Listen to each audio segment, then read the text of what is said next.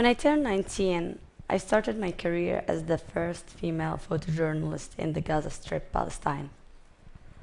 My work as a woman photographer was considered a serious insult to local traditions and created a lasting stigma for me and my family.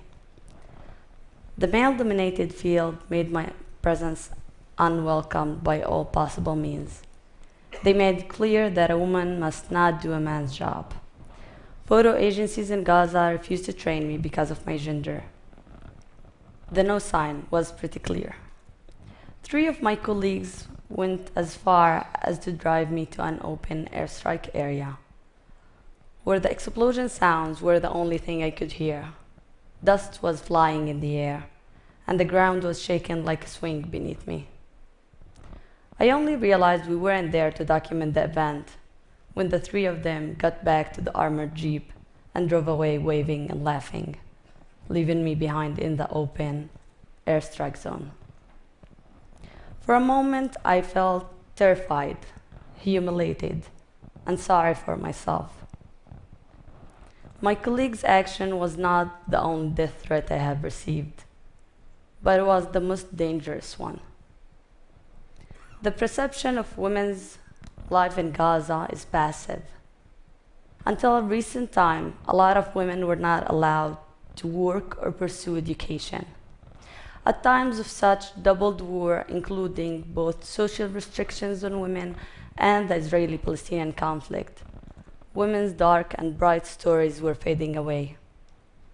To men, women's stories were seen as inconsequential.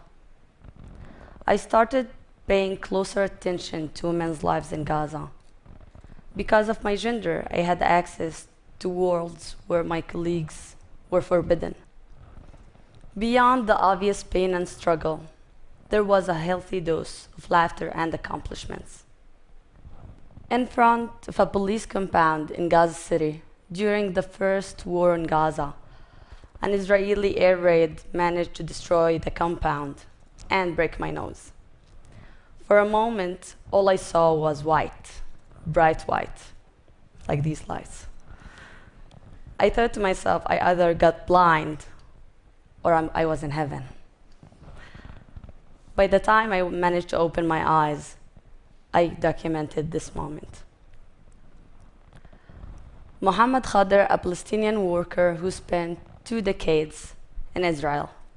As his retirement plan, he decided to build a 4-floor house. Only by the first field operation at his neighborhood, the house was flattened to the ground. Nothing was left but the pigeons he raised and a jacuzzi, a bathtub that he got from Tel Aviv. Mohammed got the bathtub on the top of the rubble and started giving his kids an every morning bubble bath.